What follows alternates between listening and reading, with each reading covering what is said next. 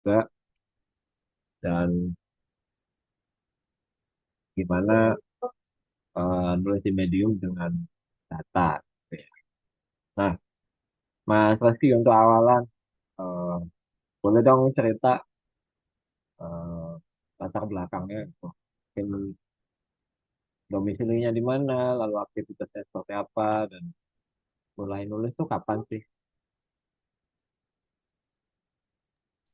Oh, iya. Boleh saya ini nggak slide. Oh, boleh, boleh, boleh. Kalau mau share slide juga silakan. Sebenarnya kalau forum di Komo KBM sih bebas ya. Mau nge-slide, mau enggak, silakan aja. Mati semua.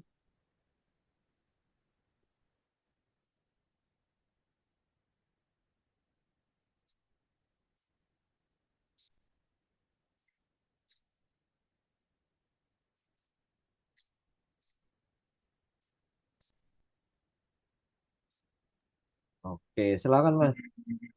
Kalau mau pakai slide-nya. Kelihatan ya. Waduh, lengkap. Saya nggak expect ya. Hmm. Senang sekali. Oke, ini jadi Apa, apa. singkat aja ya, soalnya bikinnya dadakan juga. Mm-mm. Jadi saya saat ini domisilinya di Jakarta ya, di Jakarta Pusat. Eh, Kebetulan sebagai ASN aparatur sipil negara. Jadi eh, statistisi itu memang jabatan fungsional di aparatur sipil negara, yang mana tugasnya itu me, mengolah data, terus menyajikan data, ya data-data kementerian atau data-data lembaga pemerintahan gitu. Ya kalau di swasta mungkin lebih ke data scientist atau data engineer gitu ya. Kemudian untuk pengalaman sekolah saya di Politeknik Statistika STS, lulusan tahun 2022, kemudian pernah juga magang di Badan Pusat Statistik Kota Tegal. Untuk portofolio kepenulisan saya, ini sebenarnya lebih banyak di Mojok rubrik terminal ya, terminal Mojok. Nah, di situ ada beberapa lah, nggak banyak juga tulisan saya yang mengenai data atau mengenai uh, pembahasan data-data BPS atau menjelaskan fenomena terkini atau fenomena unik yang uh, penjelasannya itu didasarkan atas data. Kemudian ada juga beberapa artikel ilmiah ya, yang kita ikutan juga di sekolah.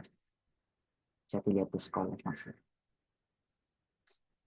Kemudian uh, ini ya perjalanan nilai saya mungkin udah dimulai pas SMP atau SMA ya. Waktu itu kan ada blog ya, itu sama-samanya blog. Di sana saya membuat akun blog karena saya cuma punya HP ya. Dulu kan HP Java yang ada ketikannya gitu kan. Jadi saya memulai dengan MyWablog karena saya memulai ngeblog itu dari HP. Nah, 2016 MyWablog tutup, terus saya pindah ke Blogspot, pindah juga ke WordPress. Ini uh, banyak juga tulisan, tapi sekarang juga udah karena ya banyak tulisan-tulisan yang amburadul, jadi saya tutup juga itu Blogspot sama WordPress-nya. Kemudian pas kuliah nih, tahun 2019 sampai 2021, pas zaman-zamannya COVID, itu saya mulai aktif submit tulisan di platform UPC, Terminal Mojoknya. Ini banyak membahas sekolah kedinasan, statistika, atau membahas fenomena terkini yang didasarkan atas data.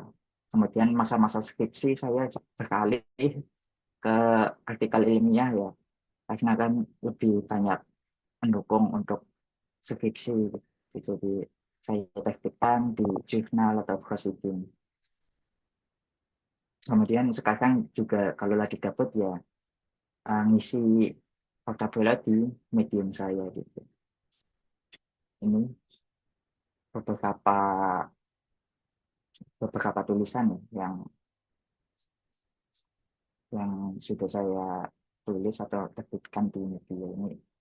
Kebanyakan dari terminal mojok sih. Menarik Mungkin loh ini ini. juga satu dari medium saya. Keren Mas. Nggak banyak. Saya juga baru tahu kalau eh, ada seorang statistisi yang kemudian nulis di pojok.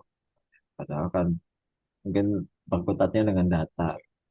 Cerita dong Mas, waktu itu kenapa kok nulisnya lebih banyak di pojok? Apa emang sukanya nulis non fiksi? Eh, Kalau waktu itu sebenarnya apa ya? Ya iseng aja sih, iseng aja submit di platform-platform UGC kan banyak Kompasiana, terus di Kumparan, di Mojok itu. Nah, yang paling enak atau yang paling ini, yang paling gampang untuk di submit ternyata di Mojok, dan di Mojok juga ada editornya, nggak kayak di Kompasiana atau di Kumparan yang mungkin semua artikel juga bisa masuk situ. Nah, waktu itu motivasinya kalau di Mojok apa? Emang hobi sekedar iseng atau emang kalau di Mojok kan seingat saya kan dapat honor juga ya. Iya, uh, awalnya iseng sih, iseng pas pandemi kan banyak waktu luang, jadi Oh iseng ya. submit submit aja atau iseng nulis, terus submit, alhamdulillah lolos. Tapi waktu itu emang anu Mas, apa sebelumnya udah rutin nulis non fiksi ala Mojok gitu. Atau lebih suka baca novel yang fiksi gitu. Oh iya, waktu waktu SMA kebetulan kebanyakan saya nulis fiksi. Dari tugas-tugas bahasa Indonesia kan banyak cerpen atau puisi gitu kan. Nah, saya upload lah ke blog saya biasanya. Cuma untuk pas kuliah saya baru kenal nih dunia apa ya, dunia non fiksi gitu ya mungkin. Karena kuliah saya kan di statistik juga peminatannya sosial kependudukan, jadi saya Hmm. kenal fenomena ekonomi, misal resesi atau fenomena sosial kependudukan, misal pengangguran, kemiskinan gitu. Berarti apa pakai pengamatan data gitu ya, kemudian nulis non fiksinya. Betul, Mas. Jadi uh, artikel non fiksi atau fenomena apa gitu nanti dikaitkan aja dengan data yang ada. Hmm. Nah, di Mojo apa sekarang masih nulis juga, Mas? Nah sekarang udah kayaknya sibuk kerja, jadi agak susah nih cari waktu untuk nulisnya. Hmm. Ya, info aja sih kalau di KBM tuh ada banyak juga teman-teman yang aktif kerja kemudian meluangkan waktu untuk nulis sih. Sehari-hari juga karyawan. Beragam banget akhirnya di Medium. Medium tuh ada yang dokter, ada yang kemudian perbankan, kayak itu tulisannya menarik-menarik. Dan termasuk mungkin Mas Rizky gitu ya. Yang saya baca kok beberapa kali itu bahasnya tentang data. Nah, cerita dong waktu itu nemu medium gimana awalnya? Taunya dari mana? Kan saya itu berinteraksi dengan banyak penulis medium ya. Dan mereka macam-macam ya. Ada yang disarankan temen, ada yang mungkin cari alternatif dari WordPress, atau macam. Kalau Mas Rizky gimana tuh pengalaman? Hmm. Kalau saya ya seingat saya dulu pas kuliah ya, masa-masa kuliah tuh eh, biasanya medium tuh yang apa ya, saya cari di Google gitu, keluarnya tuh eh, medium gitu.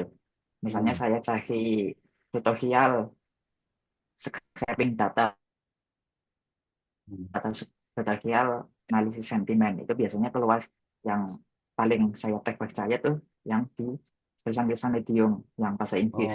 Oke. Terus saya juga waktu itu juga kebutuhan untuk apa ya, nulis yang ya yang dulu pernah ditulis mungkin di Blogspot atau WordPress yang sudah saya tutup, itu juga uh, saya backup juga ke Medium gitu satu-satu. Oh, berarti di Medium tuh ada beberapa tulisan-tulisan yang dulunya ditulis di uh, apa blog pribadi WordPress atau blogspot gitu. Ya ada beberapa sih tulisan lama yang Hmm. cerpen atau ya kayaknya cerpen deh. Oke. Soalnya Berarti tulisan-tulisan lama itu kan berarti tulisannya nggak cuma banyak non fiksi non-fiction. aja ya. Jadi beberapa. Mm-mm. Yang non-fiksi itu baru-baru ini sih. Oke. Nah, karena wajar sih kalau Pas masa kemudian kuliah. ternyata Mas Reski nemuin Medium tuh dari tutorial karena emang zaman-zaman sebelum apa ya, sebelum monetisasi Medium dengan Medium bayar royalti ke penulis tuh tulisan emang banyak jenisnya tutorial yang dilakukan sama programmer. Nah, Medium sendiri dulunya Sampai sekarang bahkan populer saya kalau gimana? kalau ini kalau nyari Hmm, tutorial analisis data atau tutorial programming gitu ya di Medium. masih banyak ya Mas, ya? Masih banyak Iya tutorial sih. gitu. Ah, saya juga sering nyimak blog-blognya apa programmer startup atau perusahaan-perusahaan teknologi besar di media. Mereka kan jelasin teknikal, bahkan kodenya juga. Apa kalau kalau di Medium menurut Mas Waski emang lebih apa? Lebih terpercaya kah atau lebih mudah ditemukan aja? Lebih mudah ditemukan, lebih mudah eh, nulisnya juga, uploadnya terus formatnya juga kayaknya lebih enak dibaca deh dari Hmm, HP atau dari website. iya, Soalnya dia kalau saya lihat ya kayak ada judul, subjudul, terus judulnya bisa dimacam-macamin, bisa quote juga, terus bisa embed itu YouTube atau sosmed gitu. iya. Nah, ini kan udah mulai masuk ke tulisan-tulisan Medium tuh program atau tutorial yang itu kan berbasis data gitu ya. Nah, kalau berbasis data gitu tuh menurut Mas Rizky sebenarnya kita tuh sebagai penulis tuh harus harus memposisikan data tuh seperti apa sih? Mungkin sharing dong gitu. Mungkin ya di sini nggak banyak teman-teman yang berpengalaman dengan tulisan berdasarkan data. Kalau saya sendiri, saya jurnalis dulunya gitu kan ya pasti berdasarkan data tulisan saya. Tapi mungkin yang Ya, buat mungkin apa berpengalaman dengan dunia jurnalisme atau bahkan statistik gitu kan. Nah, data itu kan jadi konsep yang abstrak. Pasti data. Seperti apa sih nulis dengan data? Mungkin Mas Basti boleh dong kasih apa, ya, perspektif lah. mungkin kita ke slide lagi ya. Oke, oke, siap.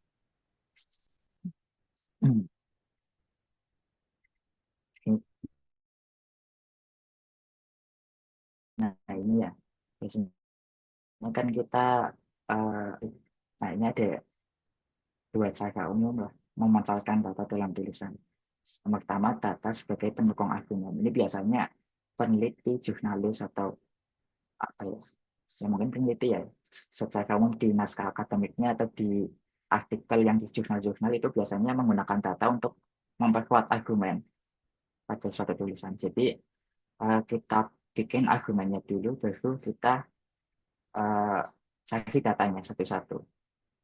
Yang kedua itu sebagai topik utama tulisan. Jadi kalau orang-orang statistik atau orang-orang data itu biasanya menemukan dulu datanya, baru dia mengolah data, mendapatkan statistiknya atau mendapatkan insight-nya, kemudian insight-nya itu yang dibahas di tulisannya. Nah, di FA Big Data ini kan banyak ya data-data yang ada di internet. Kayak misalnya data Twitter, tweet, atau data komentar YouTube, komentar Instagram. Nah, itu tuh bisa kita ambil, kita olah sampai kita nemu kata-kata apa yang paling banyak muncul atau sentimennya lebih ke positif atau lebih ke negatif gitu.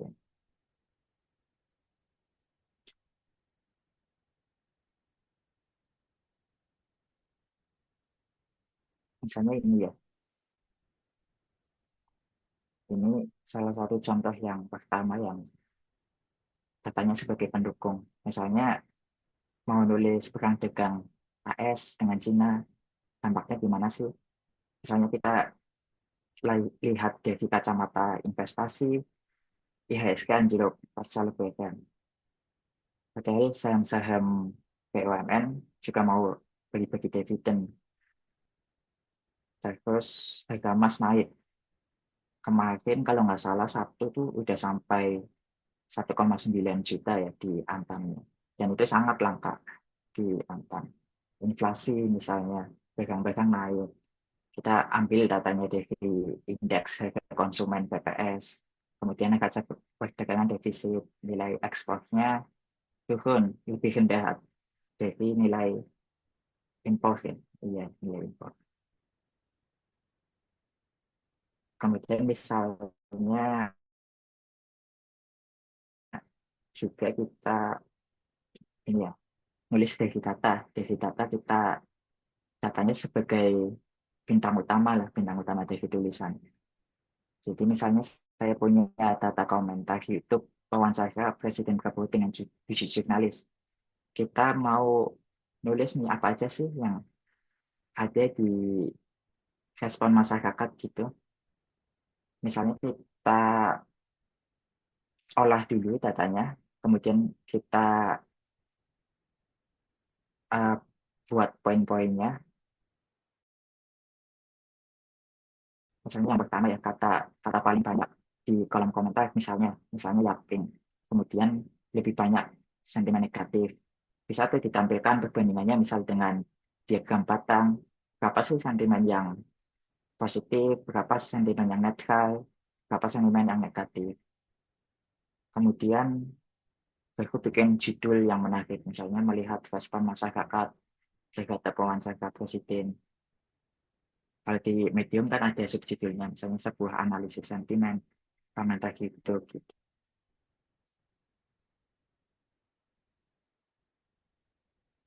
Mungkin dua cara inilah yang bisa ini ya,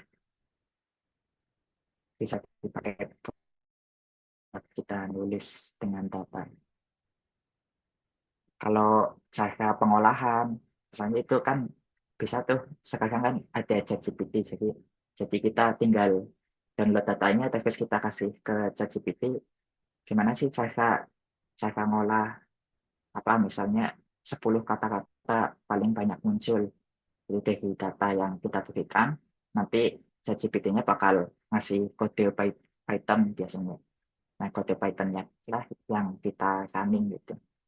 Nanti bakal muncul kabin. Ya, misalnya tanya aja apa Kalau udah kode Python tuh uh, scraping advance sih. uh, jadi ngolah data pun sekarang udah gampang gitu pakai. Iya sih, Kalau iya. dulu kan emang harus Mm-mm. mantengin Stack Overflow atau apa ya. Tapi mungkin juga Kalau kalau sekarang mau yang emang lebih simpel gitu masa-masa kan pakai Google AI ya. Sheet atau pakai Excel kan. Iya, kalau datanya simpel ya yang udah jadi, misal data BPS, itu bisa langsung aja di Google Sheet atau Excel tampilin diagram batang gitu. Oke, oke. Menarik. Nah, kalau Mas Reski sendiri eh, apa? Inspirasinya untuk dapat data tuh gini.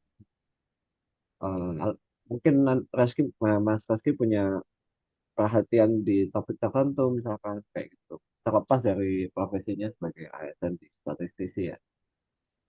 Ada nggak sih yang jadi topik tertentu yang biasanya buat prestasi itu suka untuk ditulis gitu, dan berbasis Hmm. data. Kalau saya mungkin lebih nulis topik-topik yang sekarang trending sih Hmm, kayaknya ya. iya. Misalnya kan dulu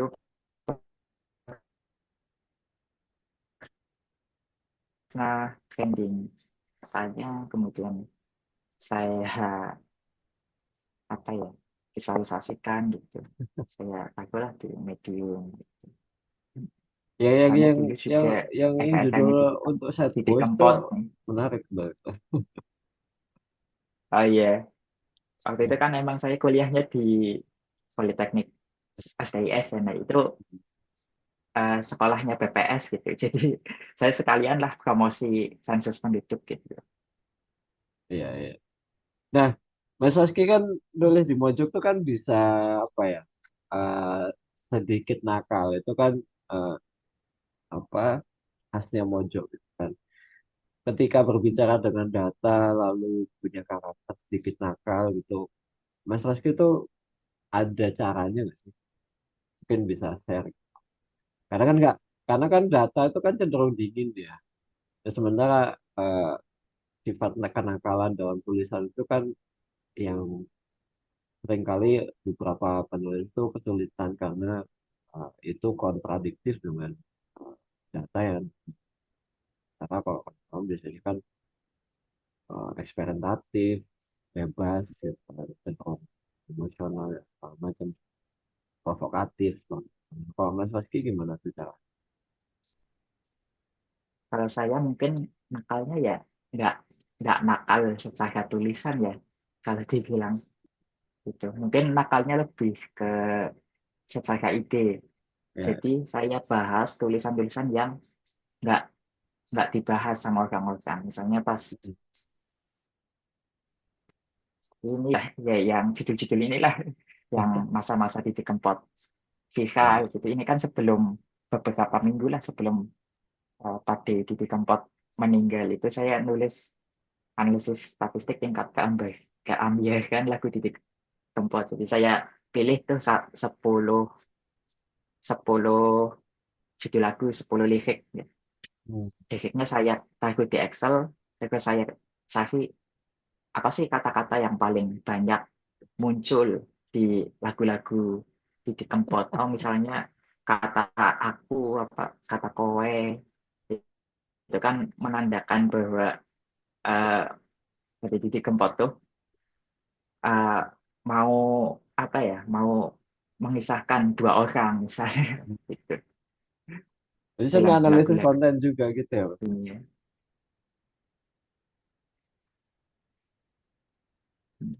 Sampai di analisis kontennya berarti apa? Kalau mungkin kalau orang awam bilang kayak kurang kerjaan. Iya, jadi ya tulisan-tulisan yang bukan kerjaan lah sebenarnya. Sampai saya pernah bikin apa ya, yang analisis Squid Game kayaknya tuh di Mojok. Hmm. Coba lupa saya. Ini menghitung peluang permainan kelereng ganjil genap dalam film Squid Game. Jadi waktu itu kan Oke. waktu kuliah ada tuh mata kuliah peluang gitu. Jadi saya Iya, iya, iya. masukin lah hitung-hitungannya di Oke. tulisan. Ini keren banget sih, keren banget sih. Ya, yang kayak gini bisa jadi tulisan gitu ya. Kadang uh, ya tiap orang kan, permasalahan statistika itu kan kadang memang nggak banyak yang punya sensitivitas. Saya sendiri pun sebenarnya kalau mau ngaku gitu ya, matematika dan statistik itu jadi buruk benar. Tapi karena tuntutan profesi gitu kan, mau nggak mau ya memang harus belajar. Cuman ketika dibuat tulisan itu jadi meningkat tingkat kesulitannya karena kan saya harus memahami datanya lalu menuliskannya. Apalagi ini dimasukin mojok dengan kayak nakal. Itu ide yang keren. Nah, kalau kalau di Medium apa nggak pengen lebih banyak nulis yang seperti ini lah? Ini biasanya kan Ini akan Pengen jadi mas, cuma tulisan-tulisan menarik waktunya gitu. lagi waktu buat menulis. Iya. Oke. Bang, kalau kalau kalau di kantor mungkin boleh cerita sih Mas, aktivitasnya bakal kayak apa sih? Kalau di apa, lembaganya gitu. Di BPS kan bukan kan Kalau ya? aktivitas, nah, Lembaganya bukan BPS kan, tapi aktivitasnya saya berkaitan dengan di statistik. ini di lembaga administrasi sosial. Hmm. Mm-mm. Jadi aktivitas itu mungkin kayak statistik iya, programming iya. Oh, program juga. Jadi kayak kita punya database, terus kita ngolah datanya dari database itu ke statistik, misal jumlah alumni pengembangan kompetensi di LAN gitu. Hmm. Oh, yang Katanya itu nanti, disuruh bikin aplikasi ya uh, jadi yang itu nanti jadi programmer. pendukung pengambilan kebijakan gitu ya. Kebijakan internal di LAN khususnya ya. Ya. Kalau itu data-data internal soalnya. Nah, eh, kalau soal visualisasi data gimana, Mas Saski ya? Karena kan mungkin kalau di beberapa tulisan gitu kan, data visual itu jadi lebih efektif untuk dipakai. Nah, sementara kan Mm-mm. itu mungkin udah penyajian data. Tapi kalau menurut Mas Rizky itu harus kalau di tulisan. Penting sih. Saya saya tuh kayaknya di semua tulisan ya Hmm. pasti mencantumkan grafik atau bar chart ya, bar chart atau line chart, net chart itu masing-masing ya kegunaannya. Nggak semua jenis grafik itu bisa dipakai di semua data. Misalnya grafik apa grafik patang, diagram patang itu bisa buat perbandingan. Misalnya kita mau bandingin banyak mana sih laki-laki sama perempuan gitu. Itu bisa pakai bar chart atau pie chart juga bisa. Pie chart itu eh, mirip bar chart cuma kalau dia satuannya tuh kurang dari tiga lah atau empat. Jadi misalnya laki-laki perempuan kan cuma dua nih, laki-laki sama perempuan. Nah, kalau misalnya banyak kayak negara-negara di ASEAN, ada 11, itu pakai pie chart yang bentukannya lingkaran itu kurang. Karena dia bakal ada negara yang kurang dari 1%. Kan ini itu nggak kelihatan kan, makin tipis. Jadi disarankan pakai diagram batang atau bisa juga pakai matcha yang peta. Sekarang kan zamannya peta juga lagi ini ya, lagi booming biasanya di TikTok atau di itu. Ya, ya. Jadi kita diwarnain petanya. Misalnya yang paling tinggi lebih gelap gitu, lebih tinggi lebih gelap gitu. Atau lensa biasanya buat yang perbandingan antar tahun kayak IHSG atau harga emas gitu. Penting sih memang buat Kalau kalau visualisasi di karena kalau di orang-orang kan juga Mas Rizky lebih sendiri, kalau kalau grafik-grafik kayak gitu untuk para penulis, Hmm. efeknya apa sih, Mas? Ada dampaknya nggak sih untuk tulisan?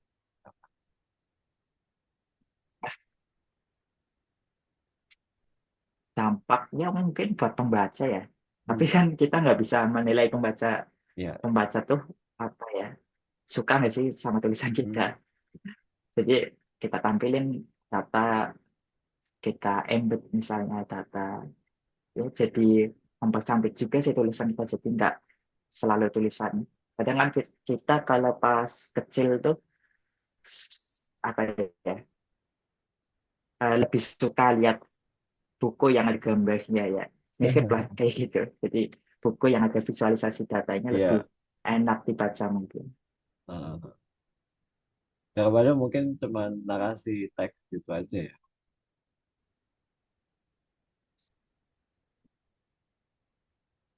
Nah, ada nggak sih Hmm, saran buat Mas Reski buat iya misal, teman-teman ya penulis yang misalnya Kak, ya, mau pakai data di tulisan?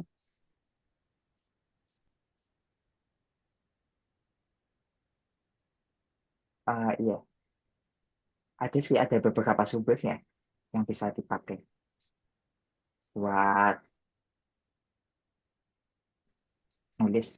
Misalnya di TPS Go ID itu semua datanya gratis, datanya udah jadi, itu lengkap juga lumayan lumayan lengkap. Kebanyakan data-data resmi ya yang dirilis pemerintah kayak inflasi, terus kemiskinan, pengangguran, neraca perdagangan juga tiap bulan kayaknya dirilis, pendapatan domestik bruto gitu-gitu. Ada juga yang data yang agak-agak nyeleneh, misalnya indeks kebahagiaan gitu. Ada juga di TPS rilis gitu. Atau di Google Scholar kalau kita apa ya sebagai akademisi kan biasanya nulisnya di jurnal ya atau di Ya. artikel ilmiah. Nah ini bisa Google Scholar dimanfaatkan tuh buat cari data. Misalnya data-data penelitian yang udah ada lah. Tapi kan kalau di sekolah tulisannya ini ya formal banget. Misalnya kita mau bikin tulisan santai atau tulisan yang sedikit nakal dari tulisan yang formal itu, kita bisa ambil datanya aja lah, ambil beberapa insight dari Google Scholar, terus kita terjemahin ke tulisan kita. Atau bisa juga dari data mentah. Data mentah itu data yang belum diolah gitu. Misalnya kayak data kependudukan itu kan ada nama, terus umur, usia, atau ada apa lahir, tanggal lahir, bulan lahir gitu. Misalnya kita olah nih ketemu ternyata banyak orang lahir di bulan Agustus misalnya. Hmm. Jadi kita tarik ke belakang itu. Ternyata di tahun ini banyak orang lahir di bulan ini, tahun ini di bulan ini. Gitu. Itu kan sebuah insight yang menarik ya. Atau bisa juga dengan data scraping dengan kecanggihan AI saat ini mungkin bisa bantu bikinkan program dong buat ngambil komentar YouTube atau ngambil komentar IG atau Twitter gitu. Bisa juga dengan data scraping atau mungkin kita lihat di Shopee ya harga-harga makin naik, bisa dong apa scrapkan list produk di Shopee itu harga-harganya dari waktu ke waktu gitu, misalnya. Kalau untuk penulis-penulis biasa gitu, yang peneliti, mungkin statistisi, lalu mungkin penulis untuk apa lagi, kan bisnis seperti itu ya. Eh, ada nggak sih kategorisasi data yang sekiranya lebih diutamain buat diambil atau dipakai di dalam tulisan? Karena kan kalau saya lihat di sini ya kayak kan BPS, Google Scholar itu udah jadi jurnal. Kalau di BPS mungkin udah jadi laporan. Di Kaggle atau data scraping tuh masih tahan banget gitu. Itu mungkin butuh kemampuan buat olah lagi, bersihkan lagi gitu. Nah, kalau Mas sih nyaraninnya gitu, kalau buat teman-teman yang pengen masukin data lalu bisa milah datanya nih yang mana nih yang bisa dipakai. Hmm. Kalau misalnya tulisannya yang itu ya, yang apa menjelaskan argumen dengan data. Hmm. Ya kita pertama sih cari dulu ya apa data-data apa yang sesuai dengan argumen itu. Misalnya kayak eh, kan argumen itu biasanya lahir dari kepakaran ya. Misalnya dia pakarnya dari ekonomi, ya dia argumennya misalnya yang pegang dagang tadi ya kita cari data-data yang berkaitan dengan pegang dagang AS Cina gitu. Kemudian setelah cari tahu data apa sih yang mau kita ambil, kita cari aja di Google, tapi di Google-nya ditambahin lah, misalnya bps.go.id. Barangkali ada nih di BPS, kita cari data inflasi, ya, inflasi bulanan, gitu. Atau gimana ya, scraping mungkin bisa juga. Cuma untuk orang awam emang berat ya, untuk scraping, mengerti Ya. pemrograman dalam waktu singkat gitu.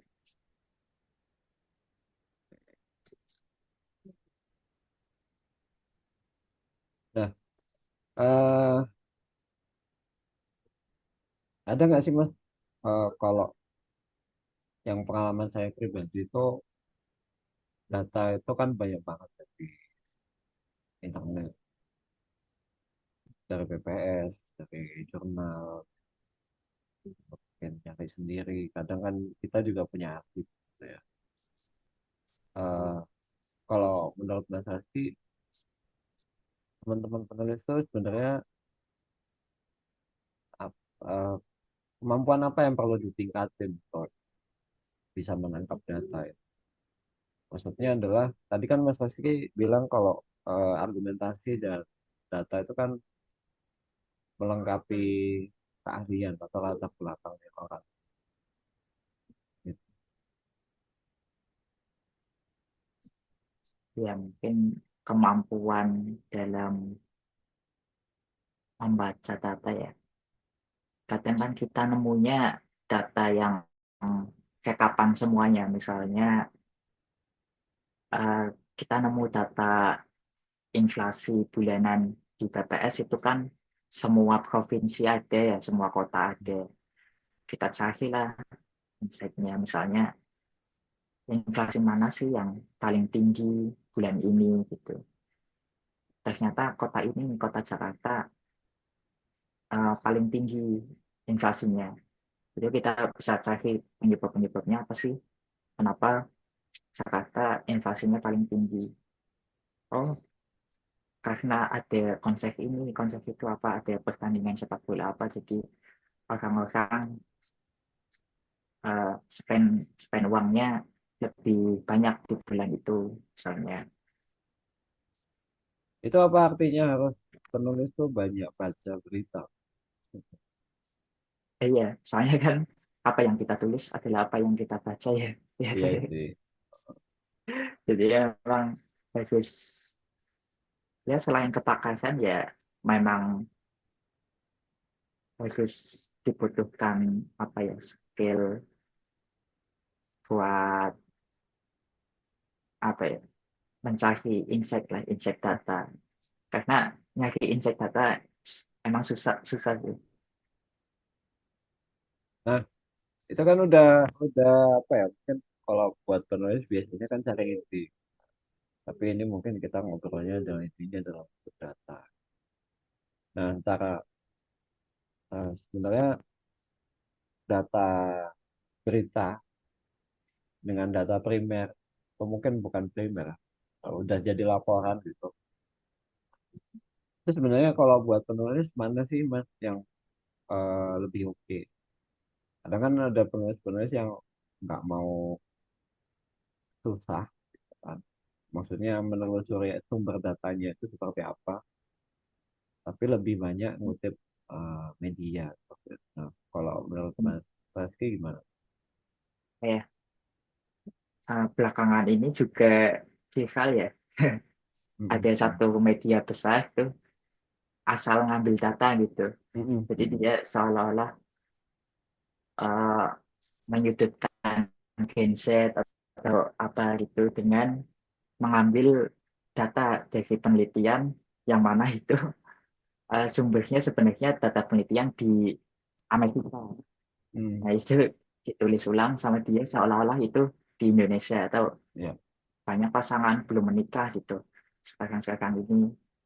Jadi dia asal ambil data terus dia tulis datanya. Sebenarnya yang saya yang lebih fair, yang lebih legal itu ya dengan mendownload laporan resminya atau dengan mendownload Mm. penelitiannya itu dan jangan asal tulis gitu. Kita pelajari dulu metode metode pengambilan datanya atau metode pengolahan datanya. Terus kita kan biasanya dilaporkan itu juga ada ini ya cara Ya. menginterpretasikan datanya gimana sih. Kita kita harus sesuai lah sebaik mungkin dengan laporkan itu. Jangan mengada-ngada. Biasanya eh, media-media yang nggak punya ini ya, nggak punya apa sih redaksi gitu ya. Apa ya sebutannya? Aku lupa. Yang kayak full aktif gitu loh. Oh iya, apa homeless media, Homeless media ya. ya, homeless media. Homeless media itu biasanya anu, kalau belum pernah dengar homeless media itu kalau di media konvensional itu ada media yang dia terdaftar di asosiasi pertama biasanya. Dia pertama badan hukum, kemudian asosiasi, asosiasi media, gitu kan. Bisa asosiasi jurnalistik, PWI, wartawan, apa macam itu tergantung asosiasi. Kemudian eh, yang ketiga itu karena udah asosiasi biasanya ada struktur organisasi yang jelas. Salah satu yang paling penting adalah redaktur. Homeless media itu biasanya nggak punya redaktur. Mereka cuma punya mungkin editor tulisan, tapi bukan redaktur. Nah, itu efeknya bisa fatal karena kayak yang Mas Rizky tadi bilang, bisa jadi penulisnya itu atau jurnalisnya gitu, itu ngambil data nggak ada yang mengkritisi atau nggak ada yang ngasih feedback. Akhirnya datanya eh, nggak ada apa cross check ya, nggak ada cross check, minim Salah interpretasi gitu. ya salah interpretasi seperti itu. Jadi efeknya berantai.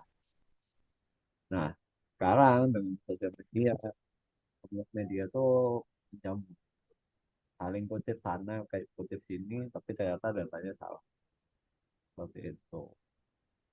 Nah, kalau kalau Mas Rizky sendiri mengantisipasi yang seperti itu, eh, apa sih yang kira-kira bisa dilakuin buat penulis? Kalau ya kalau nggak ada redakturnya mungkin atau nggak ada editornya gitu dan cuman sendirian, ada nggak sih eh, yang bisa dilakuin supaya nggak salah ambil data?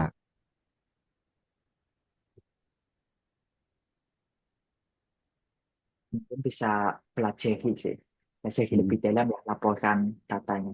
Data itu kan sebenarnya tidak diberikan secara ini ya, secara sendirian data data tok gitu, data gelondongan data gitu. Tapi ada juga yang namanya metadata gitu. Bagaimana data itu didapatkan.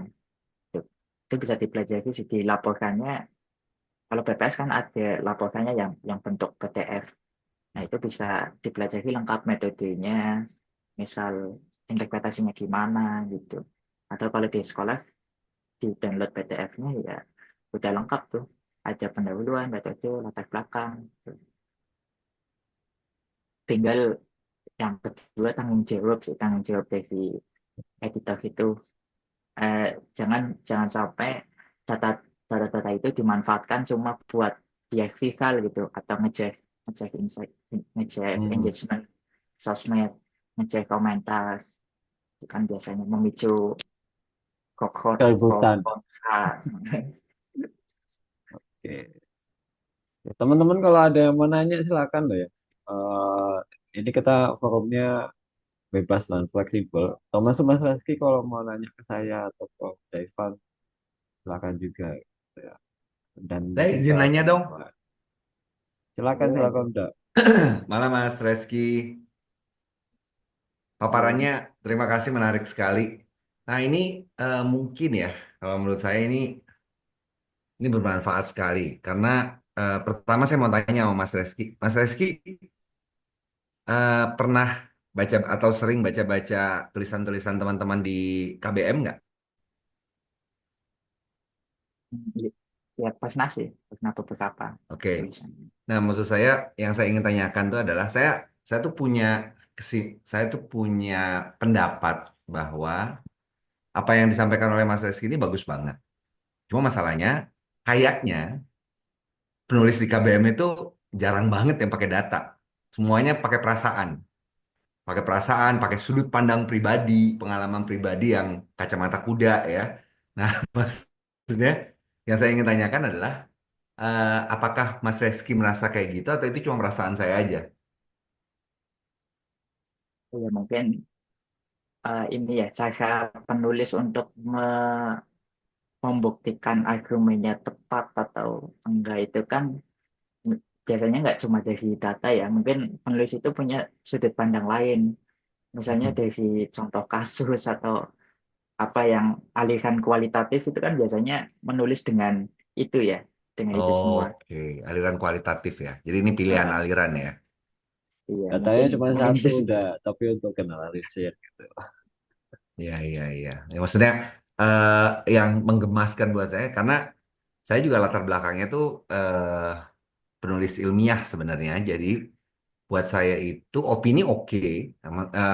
Jadi yang saya lihat tuh gini, makin lama itu orang itu cenderung makin ya reflektif oke ya. Cuma maksudnya reflektif itu kan juga kalau ada sudut pandang lain, ada data, itu kan akan menjadi lebih kuat kan. Nah, mungkin pertanyaannya itu adalah bagaimana caranya eh, menyebarkan ya apa namanya apa yang disampaikan oleh Mas Reski ini ke teman-teman gitu. Itu bukan pertanyaan buat Mas Reski sih sebenarnya. Pertanyaan untuk kita semua. Itu tugas Tapi, juga tuh udah. iya, apa namanya gemes gitu loh kalau ngeliat tulisan argumentatif, cuman datanya ngawang-ngawang atau datanya itu cuma pakai perasaan tuh susah ya. Belakangan saya kan juga nulis tuh harus wajib ada tabel lah, minimal lah, minimal tabel. Gitu. Oke, ini PR besar sih. Kalau di bidang apa namanya? Kalau di yang saya tahu itu kecenderungan sekarang itu kan namanya itu data storytelling kan. Jadi penceritaan data storytelling. Sebenarnya dengan adanya penceritaan data ini, salah satu yang ingin difasilitasi ya pertanyaan Mas Bagus tadi, data itu dingin. Bagaimana caranya membuat data yang dingin ini menjadi hangat? Pertanyaannya kan itu kan. Nah ya dengan cerita, ya, misalnya alih-alih hanya menyajikan inflasi di Indonesia gitu, ya, angka inflasi di Indonesia yang data inflasi di apa angka inflasi di Indonesia pada tahun sekian sekian gitu kan nggak seru banget kan. Eh, bisa diganti dengan apa misalnya eh Pak Tono pusing. Tahun lalu dia masih bisa membeli bakso apa dengan harga 2.000 dengan apa dan mendapatkan satu piring bakso dengan 5 bakso gitu misalnya. Tahun ini dia hanya bisa dapat 3. Nah, itu kan cerita kan gitu kan. Ya. Ternyata ini dipicu oleh munculnya. Nah, gitu loh. Maksud saya tuh ilmu itu yang sebenarnya perlu dipelajari oleh para penulis. Mas Reski Tadi ada udah. pengalaman nggak tuh? Ya, silakan Mas. Mm-mm. Makanya tadi Mas Reski nulis di Mojok dengan data itu menurut saya, wah ini langka ya. Iya, itu luar biasa banget karena penulis mogok mojok ya para penulis yang dikenal dengan aliran itu. Langka. Esais. Iya, gitu kan. Gitu. Akhirnya jadi anu, ya yang ini Mas Reski, yang saya eh, temukan dari tulisannya Mas Reski di Mojok adalah eh, ternyata ada penulis-penulis yang memang bisa, kalau saya boleh bilang ya, karena saya interaksinya juga dengan teman-teman seniman, mereka bisa menginterpretasikan data itu dengan jungkir balik. Nah, padahal kan itu tadi udah juga suka singgung ya, data itu dingin. Tapi ketika diinterpretasikan dengan jungkir balik gitu, akhirnya jadi menarik. Gitu. Ya, yang pertama itu tulisan yang rekomendasi untuk set post gitu kan. Yang terpikirkan kalau data sensus itu untuk set post itu siapa gitu, ya kan.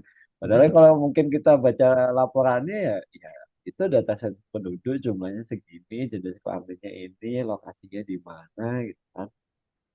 Tapi kemudian itu dijungkir balikan untuk chatbot, itu jadi menarik gitu. Dan ya, saya pun juga belajar bisa melakukan itu ya, karena ini biasanya memang pendekatan yang dilakukan sama teman-teman seniman. Dia melihat sesuatu, lalu dia berusaha untuk menerjemahkannya secara jungkir balik itu tadi. Kalau Mas Rizky lebih apa? Ada ada kecenderungan untuk berseni nggak? Walaupun orang data. Seni mungkin enggak ya, cuma mungkin kebiasaan itu dibawa eh, sewaktu ini ya dari SMA dulu kan Hmm. mungkin sedikit-sedikit nulis cerpen atau fiksi lah.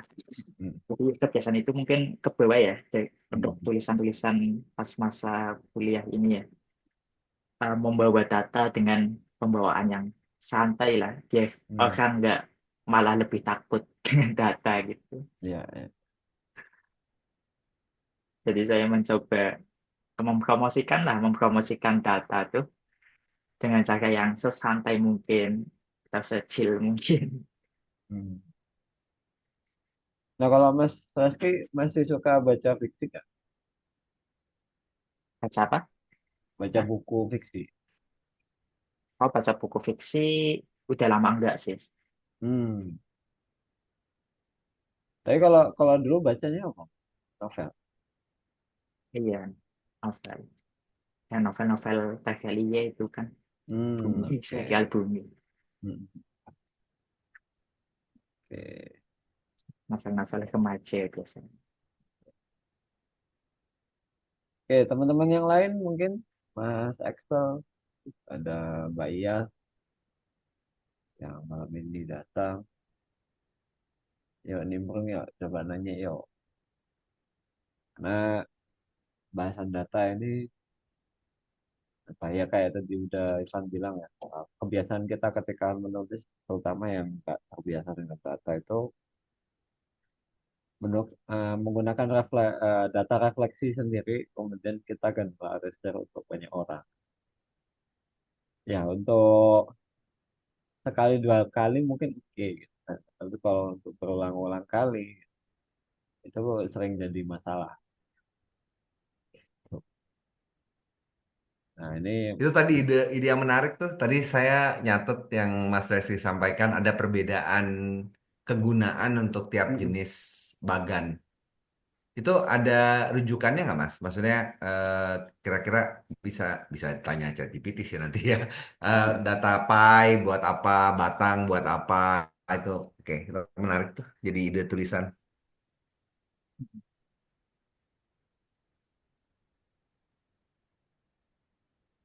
Kalau rujukan ya mungkin dari textbook statistik itu banyak ya. Cuma yang Mhm. Oke. agak santai nih kayaknya ada satu buku berbohong dengan statistik. How to Lie. Berbohong ya. Bahasa Pernah Indonesia. pernah dengar lah. Bahasa Inggris tapi diterjemahkan ke bahasa Indonesia. Mm-mm. Oke. Menarik Oh itu iya ya. ada. How to Lie. Itu kalau nggak salah Benjamin Disraeli. salah Bukan. sa- salah satu apa? Salah Dia pukul satu 50. ya itu Darrell Huff. Berbohong dengan statistik Ya, menarik. itu salah satu buku yang dirujuk untuk anu, pertama jurnalis data ya termasuk investigator. Kemudian yang kedua adalah buku untuk eh anu apa orator teori konspirasi. Orator ke teori konspirasi. Nah, mereka biasanya juga merujuk ke buku ini. Ini buku 70 tahun yang yang lalu ya, tapi masih Ah, iya, iya. terkenal sampai sekarang. Amal jariahnya banyak. Tapi judulnya memang juga provokatif gitu kan. Karena kan Iya. buat orang yang nggak ngerti statistik, dianggap statistik itu kebenaran. Padahal bisa juga diinterpretasikan untuk menghasilkan kebohongan. Jadi kalau dulu pas kuliah tuh diajarinnya statistik itu boleh salah, tapi nggak Hmm. boleh bohong. Boleh salah, oh iya. Iya, iya. Menarik kok. Kalau di tulisan-tulisan sekarang, Mas, menurut Mas Rizky, eh, masalah di datanya tuh biasanya apa sih, masalah apa sih? Selain yang tadi ya, mungkin salah menginterpretasikan, ada lagi nggak sih yang masalah lain yang mungkin perlu diperhatiin kalau buat teman-teman penulis gitu? Kalau masalah di data tuh mungkin ketersediaan ya. Nggak semua data Hmm, ada gitu. Nggak semua hmm, data hmm, diproduksi. hmm. Nggak semua data diproduksi PPS. Terus ada juga biasanya kalaupun diproduksi ada juga provinsi-provinsi yang miss gitu. Nggak Hmm, ada datanya. hmm, Atau kabupaten kota yang nggak ada datanya gitu.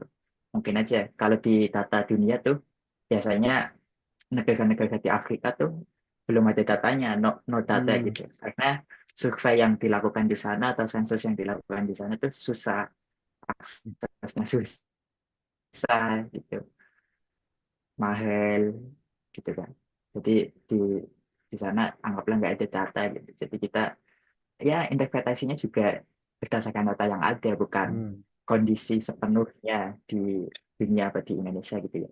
Iya, iya. Terus bisa juga datanya miss nih karena kita ngambilnya dari sumber lain. Kita ngambil Hmm. data BPS tapi dari sumber yang lain gitu loh. Kayak dari Iya, blog, iya. ada dari apa. Bisa juga datanya kan udah diubah atau salah salah Iya, koma iya. gitu kan. Mungkin itu sih. Berarti menelusuri atribusi itu juga penting ya untuk mendapatkan datanya.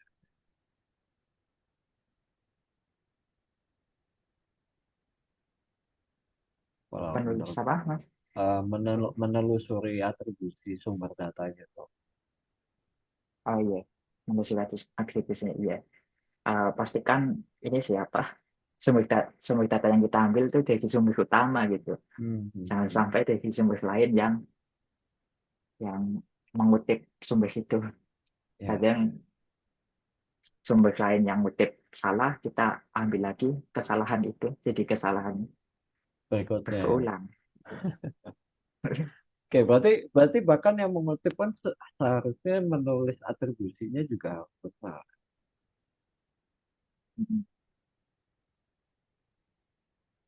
Iya kan? Karena kan Agustus eh atribusi. iya di KBM tuh saya tuh termasuk yang agak galak ya kalau kalau udah juga lihat ya. Saya tuh agak galak terkait dengan eh,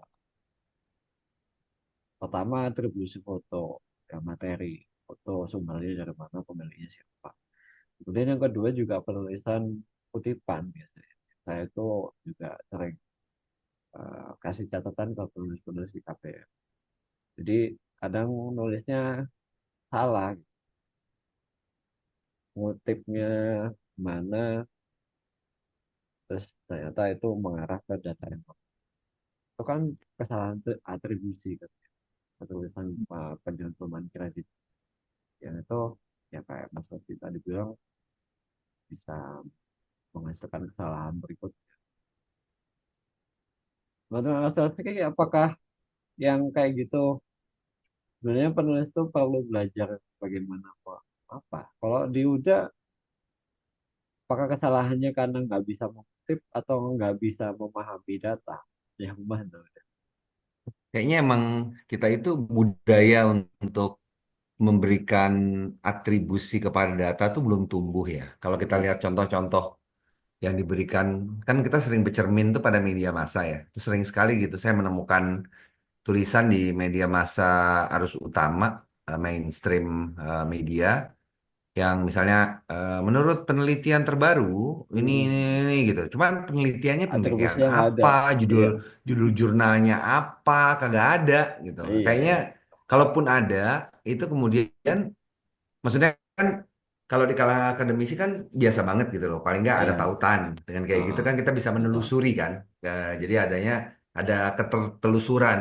Terus begitu dicari sendiri mungkin bisa ya. Begitu dicari sendiri ternyata itu data 10 tahun yang lalu. Hmm. Eh, Jadi emang budaya untuk mengandalkan data yang sahih itu kayaknya memang belum terlalu tumbuh ya di kita ya. Hmm. Karena contohnya juga sih dari media. Iya. Jadi medium saya berusaha toh ya jauh dari itu. Ini nggak Bias. metode penelitian juga sih, Mbak ya. Sebenarnya enggak sih, sebenarnya cuma apa masalah terpenting itu kan kadang-kadang tuh ya saya ngerasanya gini, kita merasa bahwa medium itu menjadi sarana yang membuat kita tuh bebas untuk berekspresi kan. Cuma Ya. kita lupa bahwa kebebasan itu harus diiringi dengan tanggung jawab kan. Ah. Kayak apa Ben Parker aja bilang kan, with great power comes great responsibility. Nah, kita tuh punya sarana untuk menyampaikan gagasan kita, terus habis itu ya kita sembarangan, ya kasihan nanti orang percaya dengan apa yang kita bilang padahal salah, kan kasihan kan? Mas Rizky lebih aktif nulis lagi. Saya bakal sering mendukung. Amin, amin. Nah, Ya itu PR Karena sih. karena PR-nya nggak cuma di kaidah penulisan ya, nggak cuma di kaidah EYD aja. Ya Karena itu sih belakangan aja itu. iya kan, udah ya itu kan ya udah. Awalnya saya ngiranya karena nggak ngerti EYD, ngutipnya salah. Kan di EYD juga ada panduan mengutip kan gitu kan. Nah, Ya kan? Tapi bisa jadi juga lebih jauh di ujung-ujung karena nggak paham kalau melakukan atribusi. Gitu. Buat kita yang mungkin kenal dengan Wikipedia gitu kan, di menyunting Wikipedia tanpa atribusi itu kan dosa besar kan gitu. Jadi medium pun saya juga berusaha seperti itu. Jadi kalau nggak ada atribusinya tuh rasanya kayak dosa apa ya. Kadang ya juga ada beberapa tulisan temen-temen tuh yang akhirnya saya labeli Yiping ya kan. Ini atribusinya mana? itu lagi populer ya, yapping ya.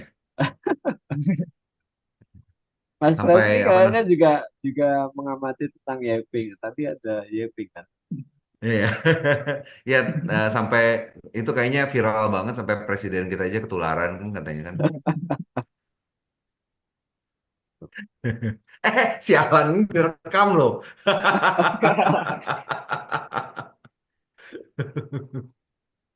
Nah, gitu. Nah, kalau kalau Mas Reski eh, kira-kira supaya terbiasa dengan data, apa yang kira-kira kita perlu biasakan sebagai penulis ya, sebagai penulis. sebagai penulis ya. Mungkin ini sih banyak juga kok tulisan di Medium ya. Saya cari itu unik gitu. Dia storytelling with data gitu. Seperti yang kita katakan tadi. Jadi dia menceritakan data, membuat bahasa santai dari datanya itu. Ya mungkin dari cara-cara itu sih membiasakan diri membaca data, membaca tulisan dengan data, atau kalau saya sih follow akun-akun Instagram yang biasanya rutin apa ya nerbitin infografis gitu kayak Hmm, diagram atau iya, chart iya, dengan iya. data gitu. Kalau soal Media-media yang anu Mas, punya eh, inilah. kalau saya sih punya kebiasaan ini. Apa? mengarsip atau mengclipping gitu. Menurut Mas Rizky itu apakah juga bagian dari Hmm. melatih diri akrab dengan data?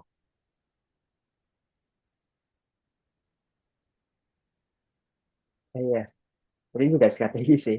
Benar. Enggak sih, saya tuh Imagine kan bisa khawatirnya disimpan cuman ya cuman tulisan-tulisan yang ngarsip-ngarsip aja, bisa. tapi kemudian itu cuman jadi apa? Jadi bentuk data Lupa. hoarding. Enggak ada data hoarding, jadi nimbun data gitu aja, gitu. Iya, Ya kan? Karena ada hoarding iya, data iya. ya. Hmm. Kalau di IG aja ada postingan bagus, ada data yang bagus, juga sering juga saya like atau saya simpan biar Hmm. nggak lupa nih Hmm. baca ya mau mau apa gitu.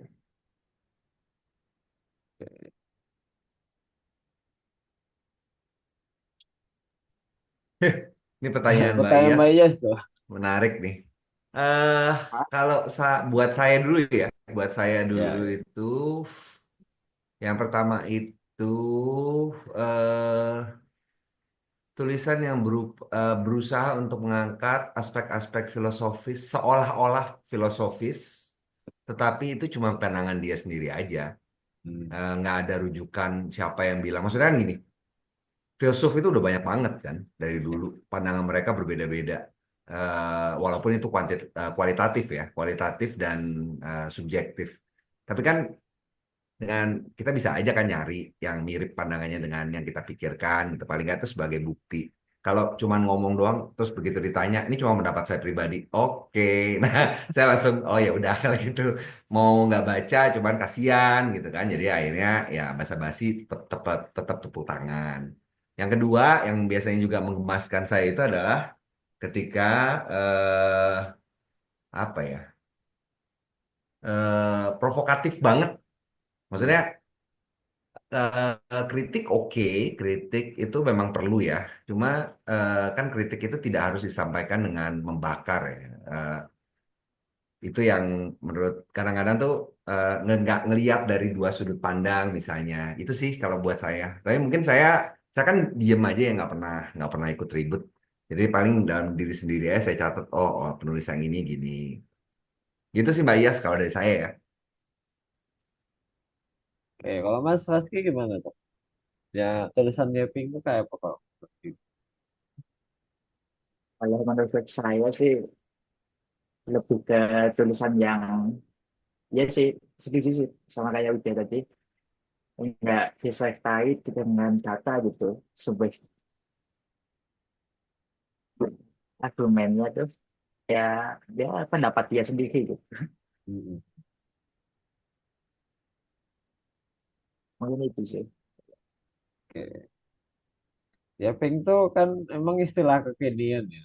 Sebenarnya kalau secara istilah itu saya juga nggak ngerti. Ya, Baca. ya.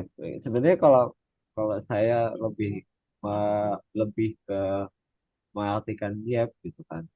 Yap itu kan kalau dalam bahasa Inggris seperti yap yap yap yap yap kayak kayak anak ayam yang lagi bercuap-cuap gitu kan. Dan kita mungkin bisa memahaminya eh, literal, orang yang lagi ngoceh aja gitu. Ngoceh aja dan mungkin dengan konteks perkontenan saat ini gitu kan. Eh bisa yang pakai video atau mungkin yang pakai podcast, pakai audio, lalu ada yang nulis gitu ya. Itu eh ya penting ya cuma cuap-cuap. Masalahnya adalah mungkin kalau di medium cuap-cuapnya jadi panjang. Kalau di sosmed yang lain yang mungkin berbasis teks mungkin ya cuma berapa belas kata gitu aja. Kalau di medium jadi panjang, gitu kan, karena teksnya panjang. Nah, tapi Jadi kalau di panjang dan lama-lama gemes gitu loh. Maksudnya baca satu paragraf masih oke. Kalau di medsos kan cuma satu kalimat atau dua iya ya, kalimat. Tapi ini apa? Satu tulisan 500 kata, mending 500 kata bisa 800 kata. Habis itu isinya ngaco kan makin lama makin gemes gitu loh. Akhirnya sabar, sabar. Jadi saya merasa bagus sih ada apa? Saya merasa tingkat kesabaran saya meningkat sih. Lebih bagus daripada di medsos. Eh, iya, ya namanya namanya. Tapi emang di tulisan memang atau di perkontenan ya, kita memang bebas buat cuap-cuap. Akhirnya memang kita harus ngerti ini cuap-cuap atau enggak. Nah, perbedaannya memang ada di salah satunya di atribusi tadi. Cuap-cuapnya itu seenggaknya apakah didasarkan dengan sesuatu. Nah, di KBM tuh menariknya ada berapa sih? Cukup banyak ya. Cukup banyak tulisan tuh yang udah panjang gitu. Tapi saya nyari-nyari ini berdasarkan siapa, lalu ini poin-poin ini datangnya dari mana. Biasanya kan ada juga yang syarat-syarat. Oh nanti untuk memperbaiki situasi ini harus melakukan satu, dua, tiga, empat. Gitu. Pertanyaannya apakah itu penelitiannya dia sendiri, yang dia berkesimpulan bahwa itu adalah solusinya. Ini salah satu eh, tren yang cukup mengganggu karena eh, kita terbiasa untuk ngasih saran, lalu sebenarnya itu nggak diuji, nggak empiris dulu. Nah, yang jadi masalah adalah bisa bisa jadi sarannya itu berkaitan dengan keselamatan orang. Nah, ini yang fatal. Kalau di KBM yang berkaitan dengan kesehatan, keuangan, keamanan, mungkin kenyamanan juga, oh, itu harus ada sumbernya, harus ada atribusi. Jadi bukan gitu. Jadi bukan menurut saya kamu harus seperti ini. Gitu kan. Padahal dia nggak punya latar belakang atau mungkin dia nggak meneliti langsung. Itu bisa fatal, ya kan? Fatalnya itu nggak cuma fatal tersesat, tapi bisa jadi mengancam jiwa pembaca. Nah, gitu. Benar nggak sih Mas Reski? Data bisa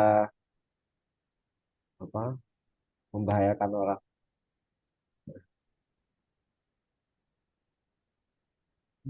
Iya. Dulu juga kayaknya pernah ada kutipan deh yang apa ya? Soalnya data, orang yang menguasai data adalah orang orang yang ya, pemenangnya lah. Orang yang Ya, menguasai data adalah pemenangnya gitu. Ya kayak kayak apa ya? Bola itu kan bisa mengenali lawannya untuk mengalahkan lawannya ya. Ya hmm. setiap orang mungkin punya sisi itu mungkin. Oke. Jadi gimana tanggung jawabnya kita aja sih buat menulis datanya itu. Hmm.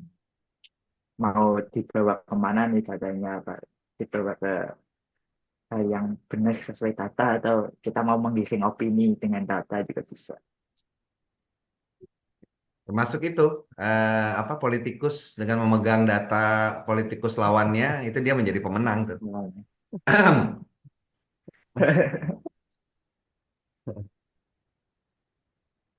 Ya, kalau di terakhir nih Mas, mungkin menjelang waktu-waktu habis ya. Di selama ini di medium Mas Reski eh, apa ya yang kira-kira didapatkan selama ini menulis di medium itu apa? Ada motivasi nggak? Nah, mungkin jadi lebih banyak tahu ya dunia penulisan gitu. Dari misalnya apa ya tulisan-tulisan, ya saya sebenarnya suka baca juga sih di Medium kan banyak tulisan-tulisan yang storytelling gitu ya, data gitu. Kemudian juga tulisan-tulisan tutorial itu mungkin saya lebih terbuka ya wawasannya untuk menulis dengan cara itu mungkin. Mungkin gaya gaya bahasa penulisan yang belum pernah saya jumpai juga sering juga ada di Hmm. Medium gitu. Nah, kalau ke depan ada rencana nggak terkait nulis di medium? Ya mungkin ke depan sih rencananya saya ini ya apa menulis hal-hal santai kayak gini lah di medium untuk mengisi waktu luang ya. Siap, siap. Ditunggu Provokasinya tulisan-tulisan. Mas Bagus berhasil. Ya, karena tulisan-tulisan dengan data tuh di medium terutama bahasa Indonesia itu sangat minim udah. Saya Ya sih, eh, saya ketemu setuju. ketemu dengan teman-teman yang empat mabes kan itu salah satu tulisan yang berbasis Ya, data yang pakai sangat data. Betul, konsisten, Mike. betul. Tapi yang lainnya itu cukup minim. Padahal mungkin ide atau topiknya itu cukup penting. Gitu. Ya. Nah, akhirnya butuh nih yang eh, mungkin teman-teman yang punya kemampuan lebih untuk menyajikan. Tapi saya rasa ya Mas ya, kalau memang apa, itu mesti pelan-pelan sih. Artinya Mm-mm, betul. kalau orang itu dari awal itu selalu berusaha cari data kayak apa? Ya, saya ingat waktu itu saya pernah memberi pelatihan untuk penulisan policy brief, risalah kebijakan. Nah, salah satu yang selalu menjadi keluhan para peserta itu adalah cari data. Karena mereka bingung gitu loh datanya dari mana. Saya bilang aja paling gampang ya data itu jajak pendapat. Itu aja udah data kan. Iya, tanya Kenapa skripsi tetangganya, itu isinya jajak pendapat terus karena itu yang paling gampang dicari. tanya tetangganya, tanya temennya Iya. gitu.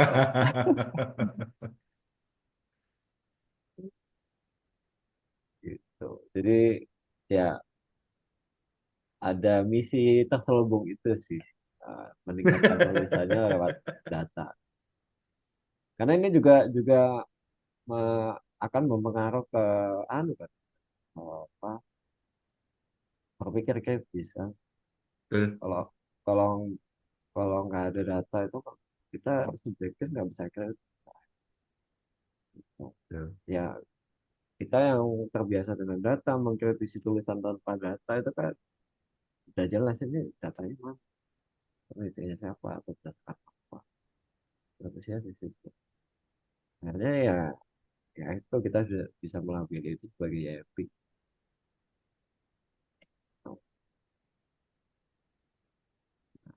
Menarik, menarik. Terima kasih banyak untuk waktunya Mas Raski. Gak kerasa nih udah Makasih Mas jam Reski sudah 10. menyenggol keperluan data.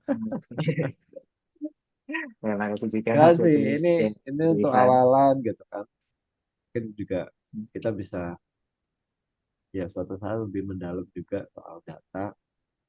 Makanya juga ada beberapa penulis, bukan penulis, penulis di Medium Indonesia juga mereka bukan statistisi, tapi lebih ke data analis, gitu, juga data visualis. Yang saya lihat juga mereka aktifnya menulis di Medium. Cuman memang nggak secara langsung eh, dalam lingkup KBR. Kalau Mas Reski memang saya undang karena salah satunya adalah karena nulis di KBR. Para pembimbing skripsi. Nanti kalau skripsinya nggak pakai data yang legit, jangan diajukan ya.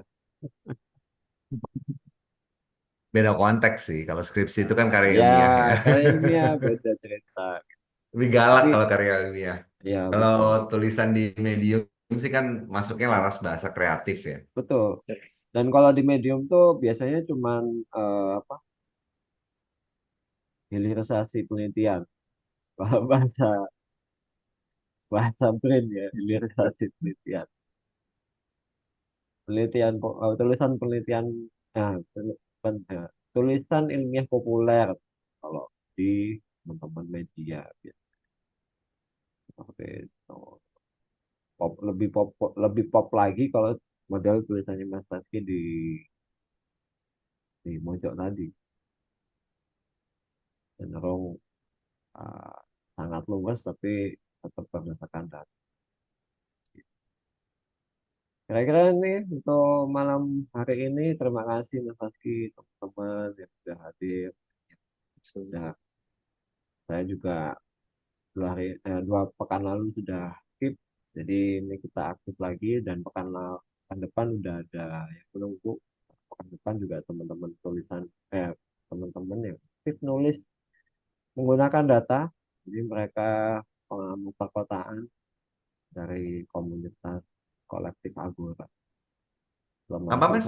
kolektif Agora. Mereka Oh, kumpulan apa ya, saya bisa bilang orang-orang perencana kota.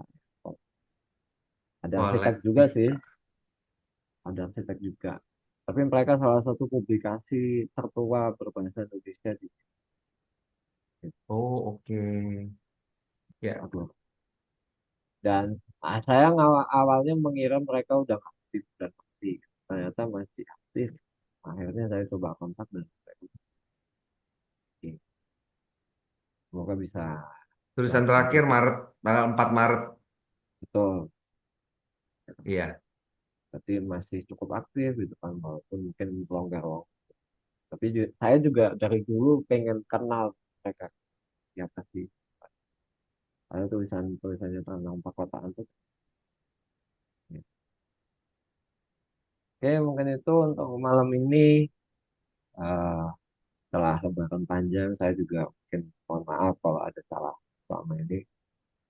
Masih suasana Lebaran ya. Terima kasih. Sampai jumpa di Ngobrol KPM pekan depan. terima kasih, Mas. Dadah, Saski. Ya, selamat Terima malam. kasih. Malam.